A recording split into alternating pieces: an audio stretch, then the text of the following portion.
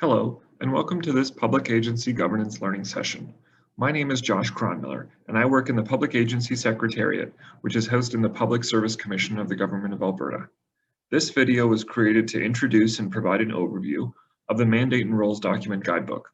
The presentation portion of this video was originally recorded on March 25th, 2021, and presented by Mr. Doug Bailey, also of the Public Agency Secretariat. The Mandate and Roles Document, or MRD, is one of a series of tools and resources which accompany the public agency governance policy. This policy, published in 2021, coordinates a number of pieces of legislation and provides guidance for public agency governance processes. The guidebooks and other resources as listed here provide more detailed information and instructions on how guidance in the governance policy should be interpreted and applied. Despite the uniqueness of any particular public agency, the guidebooks provide a set of goalposts for agencies and departments to work within for governance processes, such as developing a mandate and roles document.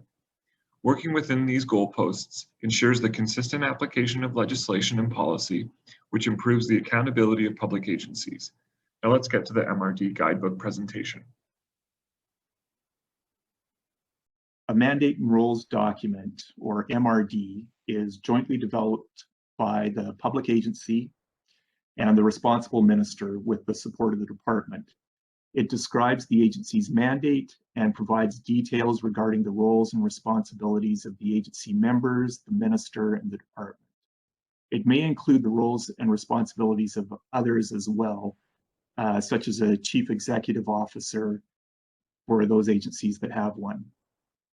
Some agencies have documents such as terms of reference, Memorandum of Understanding, things like that, that include much of the same information and serve a similar purpose. And we'll talk a bit more about those documents in just a moment. So the advice provided by the public agency governance policy is that all public agencies should have a document describing the agency's mandate, the roles and responsibilities, and relationship with the minister and department. For agencies subject to the Alberta Public Agencies Governance Act, an MRD is required, and the legislation provides details on the timelines, approvals, reviews, and publication of the document.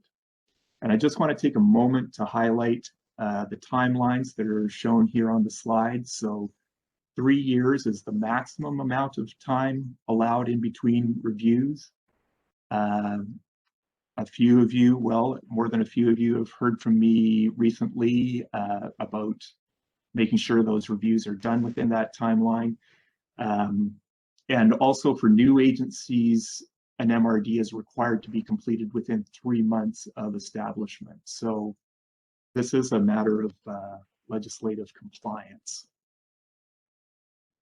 But not all public agencies are subject to APAGA, as you know. So for those non-APAGA agencies, the governance policy recommends as an optional best practice that the agencies have an MRD or a similar document with the minister, some sort of agreement with the minister to clarify the mandate, scope, roles, and responsibilities.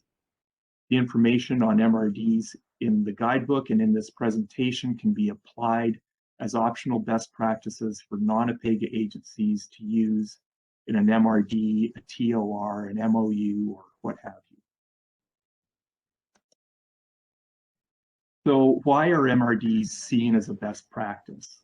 A problem that often arises in public agency governance is public agencies operating outside of their scope. This can be a problem with new agencies. As they're being established, the board members may not have a clear understanding of the agency or the government's purpose in creating the agency. And it can also be an issue with new agencies or agencies that have been around for a while, and the board members have made decisions that tend to increase the agency's scope of activity. So this is sometimes called scope creep, and it arises in part from the arm's length nature of public agencies. The agency pursues a broader scope than the government intends, and in some cases fails to do some of the things that the government expects the agency to do. So on this slide, the circles indicate the agencies and the government's differing understanding of the agency's scope. And one of the main purposes of an MRD is to provide a clear point of reference to resolve these differing understandings and establish a shared understanding of the agency's scope.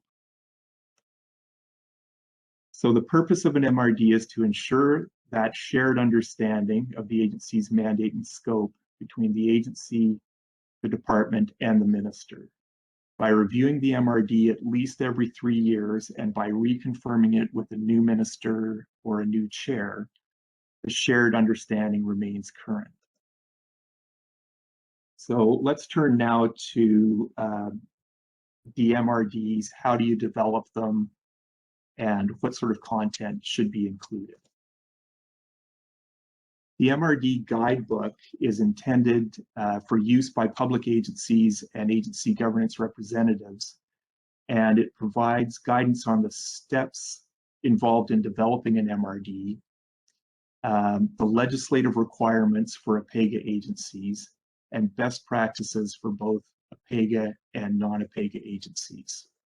The guidebook also has links to MRDs for various types of agencies, which may provide useful examples for the agencies in your department. So in terms of the actual content of an MRD, what do you have to include, or what should you consider for including in an MRD? Some of the elements described here are optional best practices, and some are required for APAGA agencies. So the MRD Guidebook has a checklist which indicates which elements are APAGA requirements and which are policy best practices. So first, let's talk about the mandate.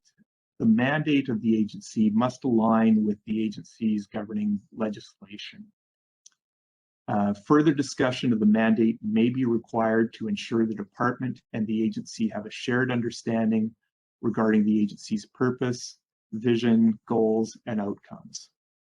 Once defined by the MRD, the mandate should provide a point of reference when issues regarding the agency's scope of operations arise. MRDs describe the roles and responsibilities, that is, who does what, and thereby the accountability relationships of the agency, including its accountability to the minister. APAGA provides a list of roles and responsibilities that are required to be included in an MRD, and both APAGA and non-APAGA agencies should consider including additional roles and responsibilities as appropriate for the agency. So just to run through a few other things that are included in MRDs, agency classification. Public agencies in Alberta are classified according to their primary purpose. So those classifications are regulatory adjudicative, public trust, corporate enterprise, service delivery, and advisory. Definitions of each of these classifications are in the public agency governance policy. The amount of autonomy and the frequency of reporting will vary depending on the agency's classification. And similarly with financial, staffing, and administrative arrangements for the agency, these vary depending on what type of agency it is and its relationship to the government. So how is the agency funded? What is the agency's authority to hire staff? Will the government provide administrative support? Will the agency have its own office space and supplies? These are the kinds of questions that should be answered in the MRD. So, in conclusion, mandate and roles documents are recommended for all agencies, boards, and commissions, and are required for APAGA agencies with specific timelines for their review. Developing an MRD through a collaborative process promotes a shared understanding of the agency's purpose and can prevent scope creep. This shared understanding is foundational in providing clarity for the agency to focus on the work it was created for.